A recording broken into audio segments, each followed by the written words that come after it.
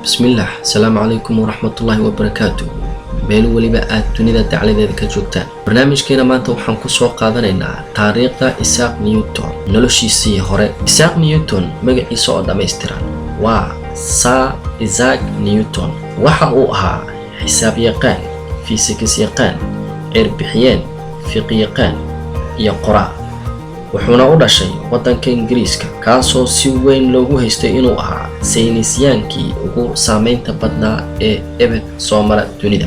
waxa uu dhashay maalin Christmas ah 25 December 1642, kuna dhashay magaalo ku taalo bariga Midlandska Ingiriiska oo lagu magacaabo Lincolnshire. saacad ama 2 saac kadib saqada dhexe. sidoo kale aabihii waxaa lagu magacaabi jiray Isaac Newton, wuxuuna dhintay 3 bil ka hor dhalashada wiilkiisa. Newton wuxuu ku dhashay dhicisnimo. Newton wuxuu ahaa cunug yar. hooyadii oo lagu magacaabi jiray Hannah Scott waxay sheegtay inuu ahaa mid buuxin kara koob rubiciis kuwaatama.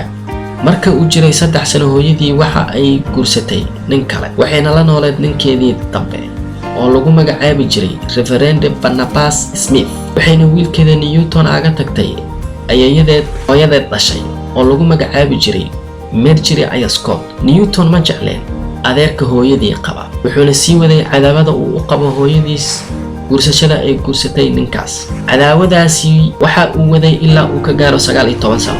Newton hooyadiis waxa ay dhashay 3 caruur oo kale lagu kala magacaabi jiray Mary Smith, Benjamin Smith iyo Hannah Smith. guurkeedii labaad laga bilaabo da'da 12 ilaa uu ka gaaro 17 sano jir. Newton wax ka bartay dugsiga wiilasha ee lagu magacaabo King's School oo ku yaalay Grantham, Lincolnshire, England, kaasoo uu ka bartay Laatiinka iyo Greek-ga. qiyaastiina uu ka helay aasaas ku filan oo xisaab ah.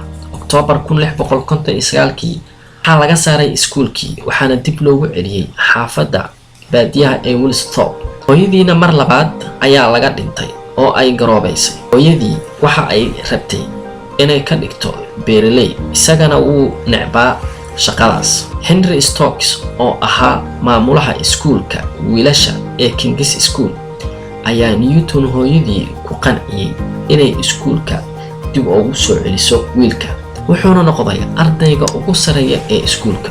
June 1661 waxaa loo ogolaaday Trinity College oo xubin ka ah Cambridge University, waxaana kula taliyey abtigii William Scott, kaasoo jaamacadaas wax ka soo bartay. wuxuuna ka bilaabay heer hoose ilaa lagu abaalmariyo waxbarashada heerka sare. 1664 waxaana loo ballan qaaday 4 sano ilaa uu ka helayo Master of Art and Science. waqtigaas waxbarista college-ka waxaa lagu salayn jiray habka Aristotle, taasoo Newton u sahashay filosoofiyada casriga ah sida midii saynisyaankii Descartes iyo midii cirbixiyeenada sida Galileo and Thomas Street, taasoo uu si toos ah aga bartay shaqadii Kepler. 1665 wuxuu soo daafuray aragtida laba tibixlaha ee binomial theorem, wuxuuna bilaabay inuu horumariyo aragti xisaabeed, taasoo goor dambe noqotay xisaabta calculusta. taasoo kadib Newton wuxuu helay shahaadada Bachelor of Arts 1 Agosto 1665. kadib jaamacadda si ku meel gaar ah ayaa loo xiray si looga taxadaro cudurka faafa ee Great Plague, kaasoo ka socday Ingiriiska 1665 ilaa 1666. Newton waxbarashadiisii gaarka ahayd ee xaafadda Woolsthorpe ee 2 sano ee isku xigtay wuxuu ku horumariyey aragtiyaha kala ah calculus, optics iyo xeerka cuf-isjiidadka law of gravitation. April 1667 wuxuu dib ugu noqday Cambridge. October-tiina waxaa loo doortay saaxiib college-ka Trinity ah. daraasayntiisii waxay la yaab ku noqotay Lucasian, Professor of Mathematics, madaxa xisaabaadka ee jaamacadda Cambridge, England, Isaac Barrow, kaasoo walwal badan ka qabay inuu horumariyo diintiisa iyo maamulkiisa. wuxuuna noqday Master of Trinity 2 sano kadib, kana noqday college-ka Cambridge College.